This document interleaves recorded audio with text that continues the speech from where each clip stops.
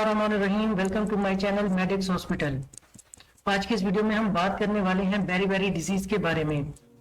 आज की इस वीडियो में हम बात करेंगे कि ये डिजीज क्या होती है, इनके काज क्या हो सकते हैं, साइन एंड सिम्टम्स क्या हो सकते हैं, कौन से इन्वेस्टिगेशन में लेबोरेटरी टेस्ट परफॉर्म करवा सकते हैं, ट्रीटमेंट में कौन से मेडिसिन के इस्तेमाल से इनके साइन एंड सिम्टम्स काज को खत्म कर सकते हैं। अगर आप हमारे चैनल पर नए हैं तो आपसे गुजारिश है कि इस चैनल को सब्सक्राइब करें, क्योंकि इसके ऊपर डिजीज मेडिसिन को डिटेल के साथ स्टडी किया जाता है। तो चलिए आज की वीडियो को हम स्टार्ट करते हैं। Beri is the deficiency of thiamine. Thiamine की डेफिशिएंसी को बेरी डिजीज कहा जाता है। इसको विटामिन B1 भी कहा जाता है।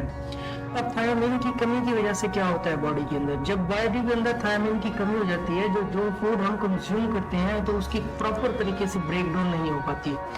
जो चीज हम कंज्यूम करते हैं, खाते हैं, जब उसकी प्रॉपर तरीके से ब्रेक डाउन नहीं होगी तो वो डाइजेस्ट नहीं होगा, उसका मेटाबॉलिज्म सिस्टम लो हो जाता है।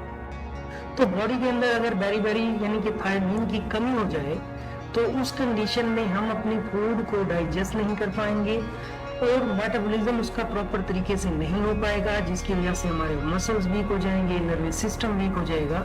तो इस कंडीशन को ना बेरी कहा जाता है।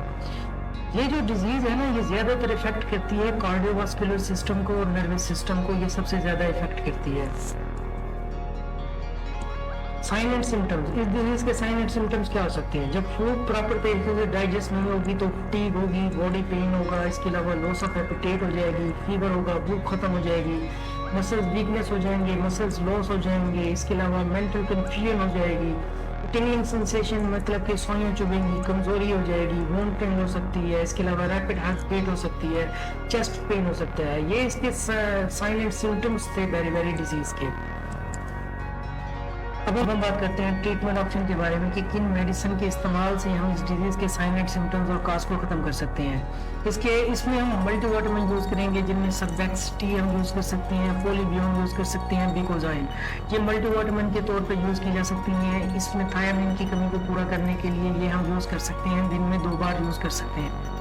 इसके अलावा आप सेमोवेट यूज कर सकते हैं, ये भी सिरप फॉर्म में भी, टैबलेट फॉर्म में भी इजीली अवेलेबल होती हैं। इसके अलावा विटामिन B कम्प्लेक्स जो कि थायामीन है, आप इसके भी डोज ले सकते हैं, मेडिकेशन यूज कर सकते हैं सिरप और टैबलेट फॉर्म में, दिन में 2 से 3 बार आप यूज कर सकते हैं।